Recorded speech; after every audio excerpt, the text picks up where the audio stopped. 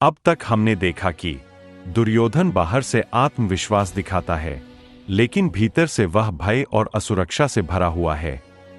पहले वह पांडव पक्ष के वीरों के नाम गिनाता है, फिर अपनी सेना के महारथियों का उल्लेख करके खुद को सांत्वना देता है। अब वही भय आदेश और आग्रह का रूप ले लेता है और 7वें श्लोक में गुरु द्रोणाचार्य को कहता है, अस्माकं तु विशिष्टा ये तान्निबोध द्विजोत्तम नायका मम सैन्य से संज्ञार्थन तान ब्रवीमीते। अर्थात, हे ब्राह्मण श्रेष्ठ, आपकी सूचना के लिए अपनी सेना के उन नायकों के विषय में बताना चाहता हूं जो मेरी सेना को संचालित करने में विशेष रूप से निपुण हैं। अब दुर्योधन की बातों से हमें समझ आया, पहले जो कहा गया था अब उससे विपरीत भावना प्रकट हो रही है। यानी पहले पांडवों की चर्चा, अब अपनी सेना का उल्लेख, यह तुलना का भाव नहीं तो क्या है। और यही एक और महत्वपूर्ण बात सामने आती है, द्विजोत्तम कहकर दुर्योधन द्रोणाचार्य को क्यों संबोधित कर रहा है। यह सम्मान नहीं, संकोच और दबाव का संकेत है।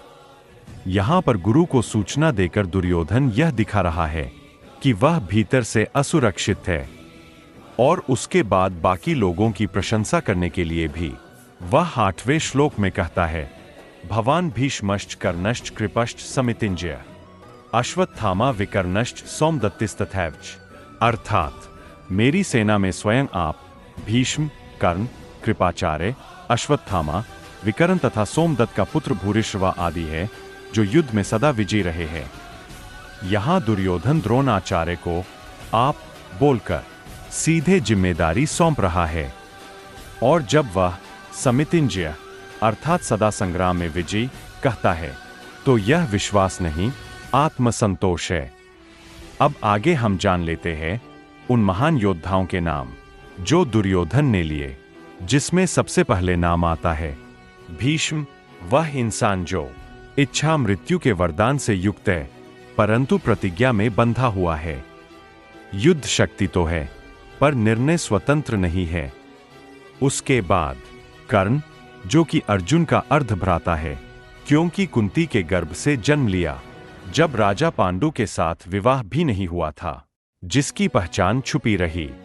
और वह उस युग का सबसे बड़ा दानवीर है, पर दान के कारण ही अपने कवच कुंडल खो बैठा था।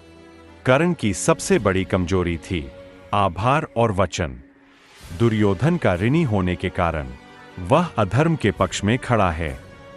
युद्ध में वह महान है, लेकिन धर्म से कटे होने के कारण उसकी शक्ति भी अंततः निष्फल होती है।